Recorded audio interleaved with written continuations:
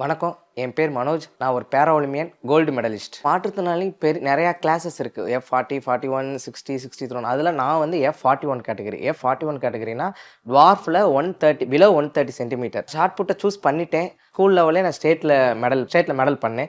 So medal பண்ணோடனே அந்த sports மூலிமா எனக்கு அந்த காலேஜுமே கிடச்சிச்சு. ஃபஸ்ட்டு ஷார்ட் புட்டு நேஷ்னல்ஸில் விளாட்றேன்.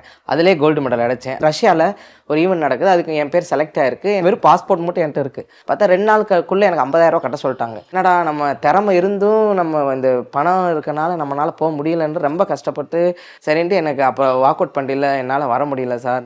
அப்போ தான் நான் எஸ்டிஐடிக்குள்ளே ஃபஸ்ட்டு உள்ளே போயிட்டு எங்கள் மெம்பர் செக்ரட்டரி சார்கிட்ட போய் பார்க்கறது இப்படி ரெக்வஸ்ட் பண்ணுறேன். சார் இப்படி நான் ஜெர்மனிக்கு செலக்ட் ஆகிருக்கேன் சார். நான் எனக்கு ஸ்போர்ட்ஸ் டிபார்ட்மெண்ட்லேருந்து எனக்கு ஏதாச்சும் அமௌண்ட் சேங்ஷன் பண்ணி கொடுத்தீங்கன்னா யூஸ்ஃபுல்லாக இருக்கும் சார். நேராக டெப்டி சிஎம் சாருக்கு ஃபோன் பண்ணி இப்படி மனோஜ்னு ஒரு பையன் வந்திருக்கான், இப்படி ரெக்வஸ்ட் பண்ணியிருக்கேன் சார், நம்ம என்ன பண்ணுறோன்னு கேட்டேன். அவரும் ஓகே பண்ணிட்டாரு. அவன் திருப்பி என்னை கூப்பிட்டு சார் இப்படி உங்களுக்கு ஓகே ஆகிடுச்சு, நீங்கள் போயிட்டு வாங்கினாங்க. என்னைய மாதிரி இன்னும் 8 பேர் நம்ம தமிழ்நாடு பிளேயர் இருக்காங்க.